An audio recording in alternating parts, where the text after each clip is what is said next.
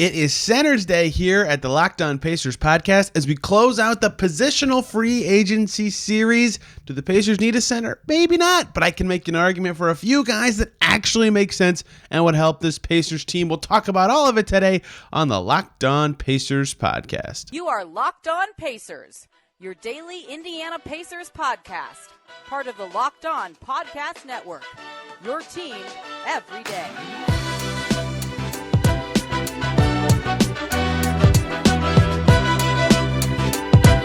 Welcome in to another edition of the Locked On Pacers podcast, where we, of course, talk about the Indiana Pacers. As always, my name's Tony East. I cover the team for Forbes and SI, and today, diving in back on the free agency hunt, looking at the center position. Hear me out. There are some players that make sense. There are arguments that make sense. Like point guard, definitely not a position of need for the Pacers, but still, hear me out. Obviously, it's draft week. Every other episode this week dedicated to the draft. The latest rumor batch, we'll talk about all that tomorrow. Lots of new stuff from Brian Windhorst over at ESPN. Mark Stein put out some new stuff about their late firsts. As usual, they have their final draft workout later today as well, which is why it felt good to start this week tomorrow for draft stuff. Talk about what Ryan Carr, their director of player development, said at the final draft workout. So lots of good draft stuff coming tomorrow. We'll have guests every single day until Friday, when it's, of course, talking about what they actually did, or if they do something before that. You get the idea. So this is the last non-draft show of the week, and then next week it's all free agency leading up to that. But this is the last episode of the free agency preview series, as well as all the prospects are done. If you want to listen to any of the top 11 guys, they've been covered here.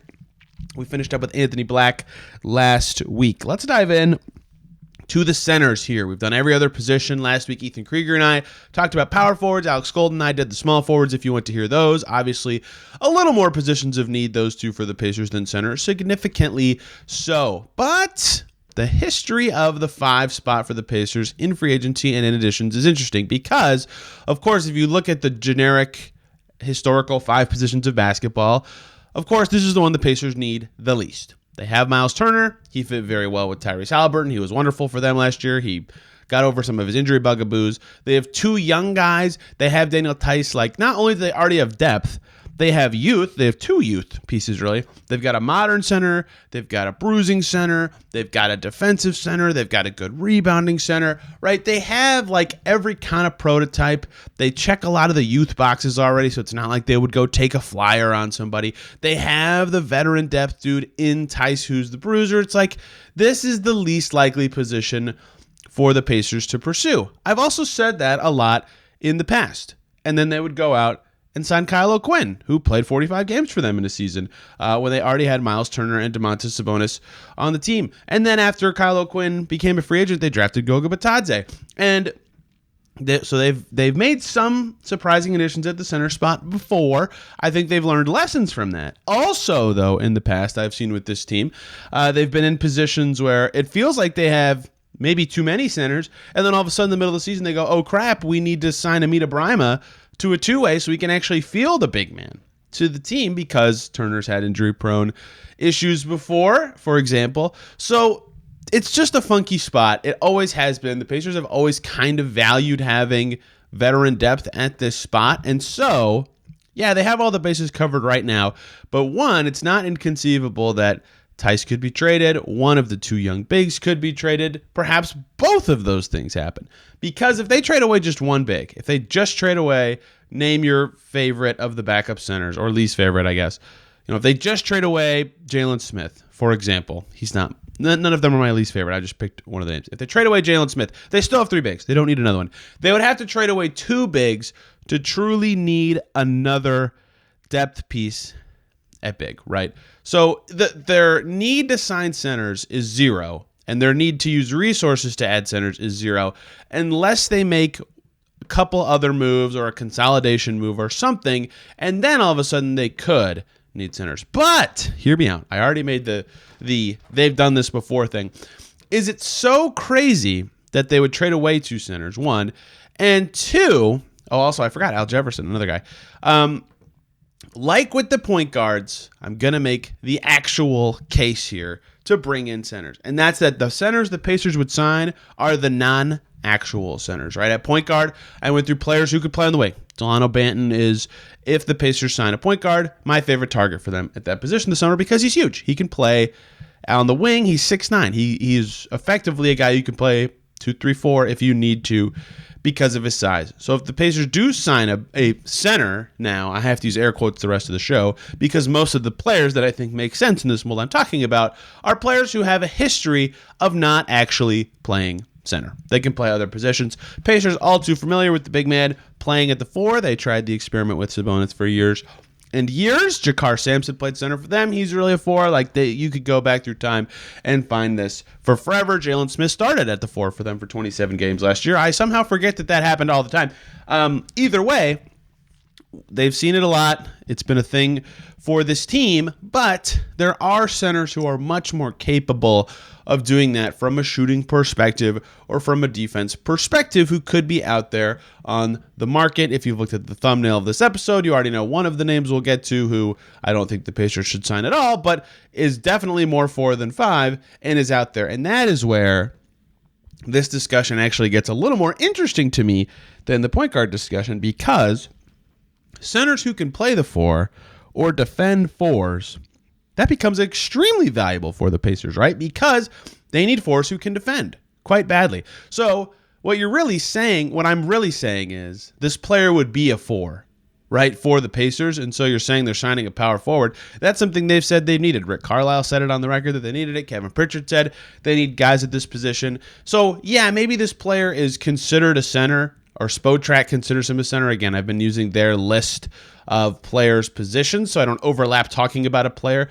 for any episode, and I think they do a very good job of putting these guys into the right bucket. So perhaps this player is traditionally a center or has been a center for a while, but they can play the 4, and they can do it well. Then they become actually valuable to the Pacers all of a sudden, because the Pacers need anything at the 4, right? They could enter the season with just Jordan Nwora at that spot, depending on how free agency and the draft go. Obviously, everybody expects them to get some players at that position, including myself, but you can never have too many forward pieces. That was talked about in the forward episodes. That was talked about in the small forward episodes. If a center can play 4, and I have 4 tabs open on Basketball Reference of players that we'll talk about today who I think can do that, at least. There's plenty more, but the 4, this player is actually good. That player makes sense for the Pacers to me. They would fit in well with what the team need. They would add an element of size on the perimeter that this team needs. And in the case of 2.5 of them, 3 of them, they can also shoot it. And all of a sudden, it's maybe a stretch 4 who can defend. Now, one of them can't defend at all. One of them's pretty poor on that end. The other 2, at best, suspect, right? There's no perfect fits of this mold of the 5 who can play the 4 and can defend and can shoot, or else they'd be in really, really high demand or not considered a center and be entirely considered a power forward.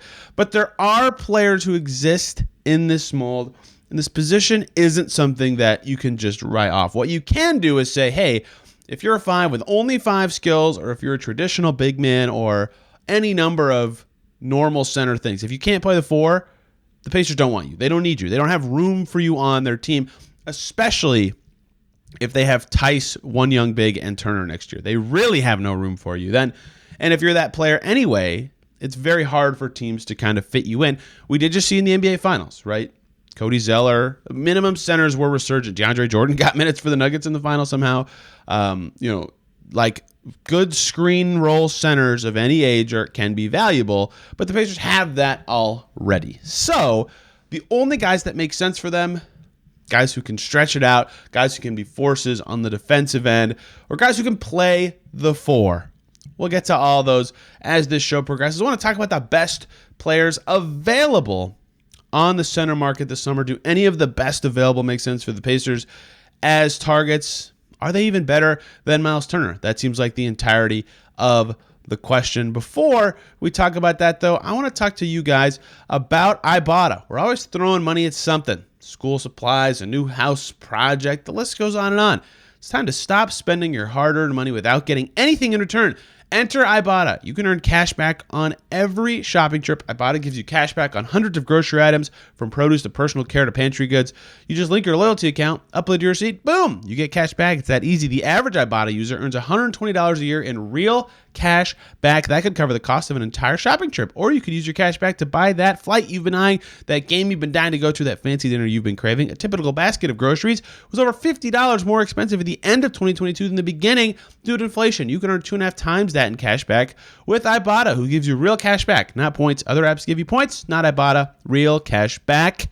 You can earn the cash back on hundreds of online brands and retailers when you start with Ibotta, including Lowe's, Macy's, Sephora, Best Buy, and more. Right now, Ibotta is offering our listeners $5 just for trying it. Sign up at Ibotta. Use the code LOCKED when you register. $5. Just go to the App Store or Google Play Store, download the free Ibotta app, and use the code LOCKED. That's IBOTTA in the Google Play or the App Store. Use that promo code LOCKED. Thank you, as always, for making Locked On Pacers your first listen today and every single day. For your second listen, what kind of trade is this? The Wizards and the Suns did what? Locked On Suns with Brendan Clean to hear the Suns getting Bradley Beal for and Locked On Wizards to hear the sad state of my Wizards right now after waiting way too long to trade Bradley Beal and giving him a no-trade clause and getting for him. Man, Locked On Wizards is going to be fun this week. Let's continue talking about the Pacers and the center position in free agency. Who are the best guys on the market in this spot? And can any of them do what was described in the first segment? Slide to the 4, fit on the Pacers on the perimeter, help them with their defensive issues, help them with shooting, something. Can they give the Pacers something that isn't just I'm a 5 and all of a sudden the same problems of Turbonis are back? What's the point of doing this? Let's look at the top of this position where the best player on the market is Brook Lopez, who is basically just slightly better at Miles Turner at a bunch of stuff and is going to be more expensive than Miles Turner, except that he's way older, so maybe not. Makes no sense for the Pacers to sign Brook Lopez. They have a Brook Lopez at home named Miles Turner. That was quick and easy. See, this is not always going to be silly. The second center, the only other all-star tiered player on Spotrac's list of centers, is Nikola Vucevic. Also can't do 4 stuff, right? Brook Lopez, amazing defender around the basket in drop. He's huge. He's smart. He's always in the right spot. Can't defend on the perimeter. Can't fit next to another big. Nikola Vucevic, same kind of stuff. Decent in the mid-range, can kind of shoot it, spreads it out for the Bulls a little bit. More nimble than Lopez. Can't defend on the perimeter. Can't play the 4 at all.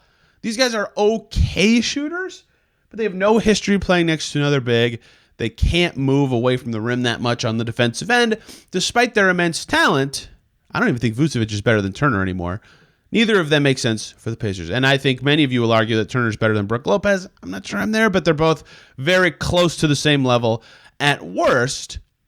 And that is it for the centers who are better or potentially better or have been at any point in their career better than Miles Turner on the free agency market. Everybody else is worse and would not start for the Pacers. And so we're already at the point of like, well, who's good? What's the point of this exercise, right? It's to see, is anyone good enough at the stuff we talked about earlier at the top of this class? The third best free agent center in this class, this is per Spotrac's rankings, a very good player, but not somebody the Pacers should want. Jakob Poeltl with the Raptors, same kind of deal that we've talked about, except can't shoot, unlike Vucevic and Lopez, despite being a wonderful defender. Terrible fit for the Pacers, not as good as Miles Turner. There's nothing else to say there. And then we get to the fourth guy, and the first guy worth talking about for more than 8 seconds, and that's Christian Wood. Christian Wood, fresh off of a very fascinating season with the Dallas Mavericks, has had a strange career. Let's talk about Christian Wood. Christian Wood can certainly play the 4. In fact, he has at times, right, in his past teams, playing alongside Embiid even with the Sixers, playing alongside Plumlee's and various bigs with the Hornets, playing alongside the aforementioned Brook Lopez with the Milwaukee Bucks, playing the 4 in Detroit. I can't remember who the 5 on that team was. I think they still had Drummond. And then he transitions to playing center with the Rockets and the Mavs this past season, although he did play next to JaVale McGee at times and next to Dwight Powell at times. You know, he plays next to other bigs, and that's where this discussion actually matters. If you heard me earlier allude to the thumbnail of this video for YouTube, it's got Christian Wood in it because he's the best of the center players who can actually play the 4, right? This past season, over a third of his shots were threes. His true shooting percentage was amazing, 62.4%. That's really good. He has an offensive game. A lot of that comes from the fact that he can shoot, right? 37.6% from deep this past season on almost 300 threes. In fact, over the last 4 seasons, the only 4 of his career, he's taken more than 100 threes.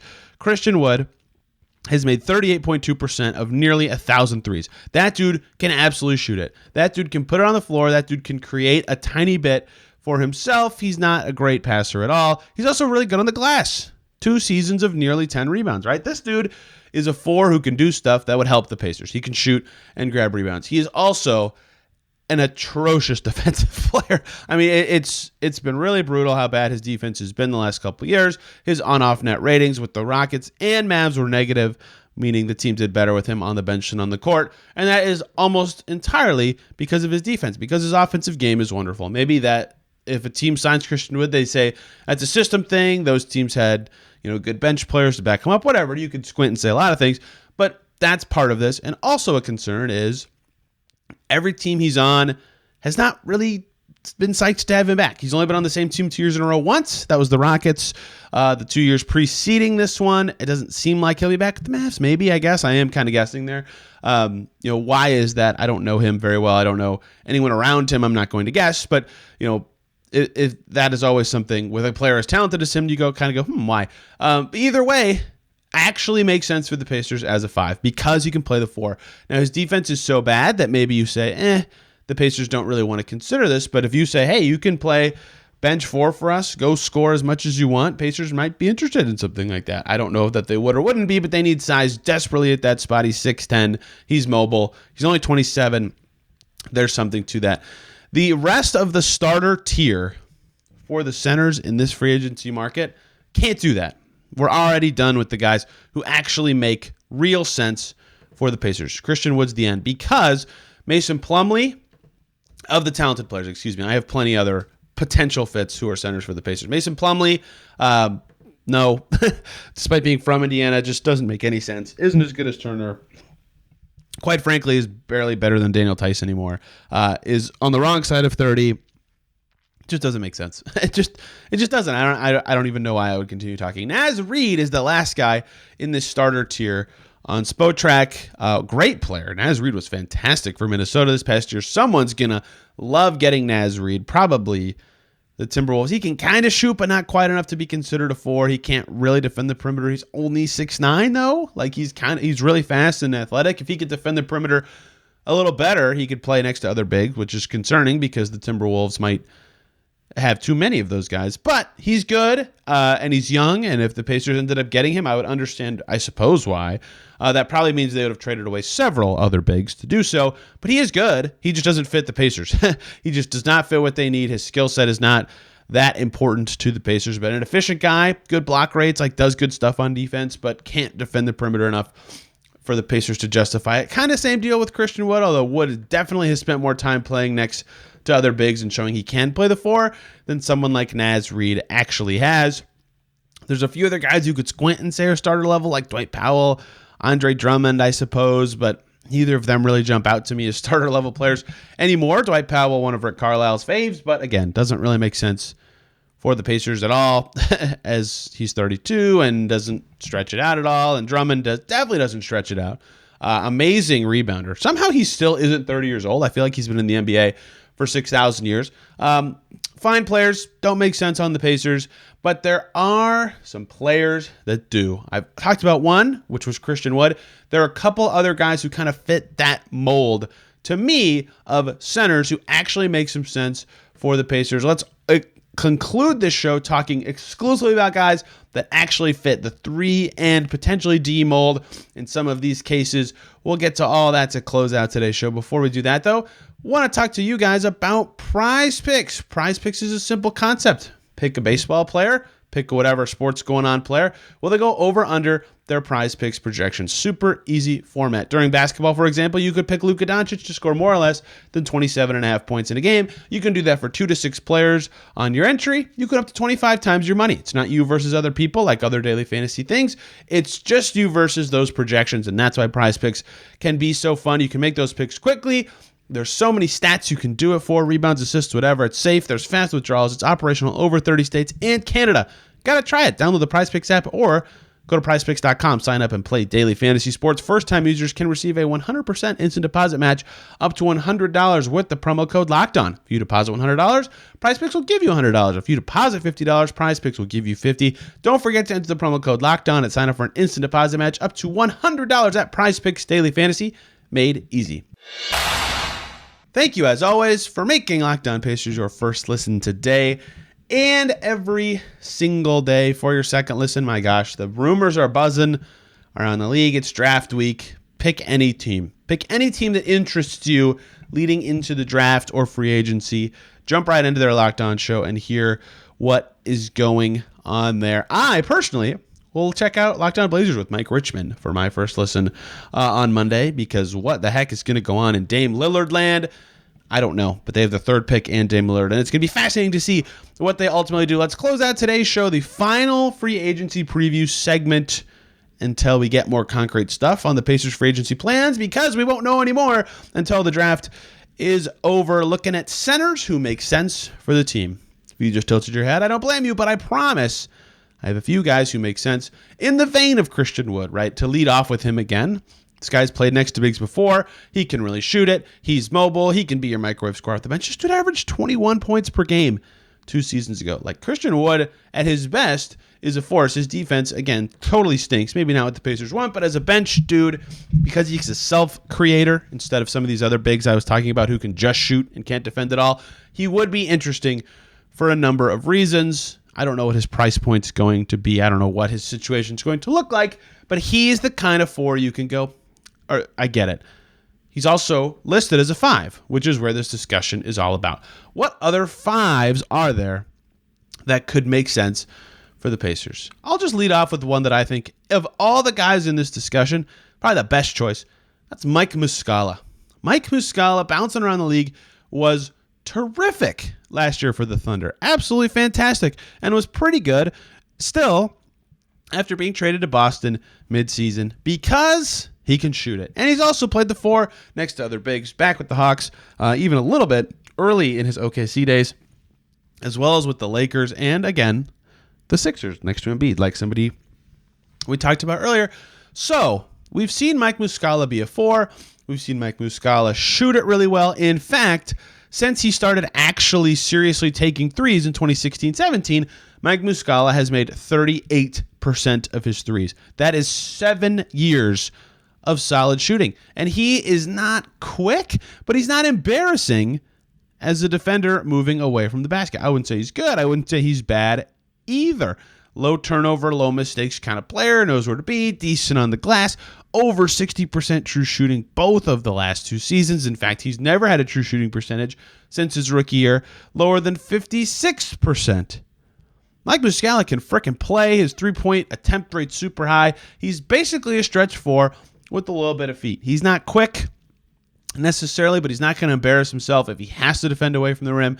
I will say it's not a surprise that some of his least effective seasons have been the one where he's been forced to play the 4, at least in terms of defensive impact, but it's not bad. It's not bad. And so if you strike out completely as the Pacers on 4s, or you get someone awesome and you just need like the cheapest backup ever who can also masquerade as a 5 because of some other moves you've made, Mike Muscala would actually make sense for them. And that is probably the best center fit for the Pacers on the market, is Mike Muscala. That dude can shoot. He's not embarrassing on defense. He doesn't make any mistakes. He can play other positions. He's a good vet. He'd be a good fit. And I think he is probably the best fit of this whole show that we'll get into, despite there being some players that I absolutely love or some other interesting veteran 4-5 combo fits. Speaking of veteran 4-5 combo fits, how about a legend who was tied to the Pacers in trade talks years ago? Some fans will get PTSD from this name. Kevin Love just played in the finals. Every time he's made the playoffs, he's made the finals. That maybe will end at some point. Kevin Love is a center by trade. That dude can play very well around the basket. His whole career, he's played next to another center, Tristan Thompson, Nikola Pekovic, Bam Adebayo most recently, or whoever the heck was at center between Mobley and Allen for the Cavs. A million centers. He's always played 4, except for that 1 year before they got Mobley, but after they were still good in Cleveland. Kevin Love is a 5 4. He can actually play the 4. He can really shoot it. We've seen that for years and years. His passing is wonderful. He's a brilliant vet. Teams love having him around. The Heat were excited to get him. The Cavs loved keeping him for the years that they had him. He was there for 9 years. Exceedingly valuable for them. Won a championship, obviously. 6-time All-Star? It doesn't matter. That's not the player he is anymore. But a wonderful vet. He can shoot it. He didn't shoot it great this past season, but 37% for his career, 39% 2 seasons ago on 6 attempts per game. That's in 74 games. Like, that's a high volume, 500 attempts that season, 3-point shooter in 2021-22. He can still shoot it. He's a really good passer. He's also not a good defender.